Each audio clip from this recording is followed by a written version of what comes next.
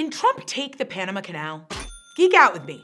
The Panama Canal consists of a series of locks over 51 miles that create a waterway that connects the Atlantic and Pacific Oceans. As you can imagine, shipping through this canal saves a lot of time, money, and fuel, because otherwise ships would be required to travel 7,000 extra miles around South America. Back in 1903, after Panama got its independence from Colombia, they signed a treaty allowing the US to lead the construction of the canal. So the US built it and it opened in 1914. The US was then in charge of its operations, but the costs were increasing and some Panamanians questioned US control over it. So eventually, President Jimmy Carter at the time signed a treaty with Panama in 1977 that said the US would turn the canal over to Panama on December 31st, 1999, which we did. The only claim the US currently has over the Panama Canal is from another treaty Carter also signed that only allows us to act militarily if needed in order to keep the canal open and secure to everyone. We do not have any territorial claim over it.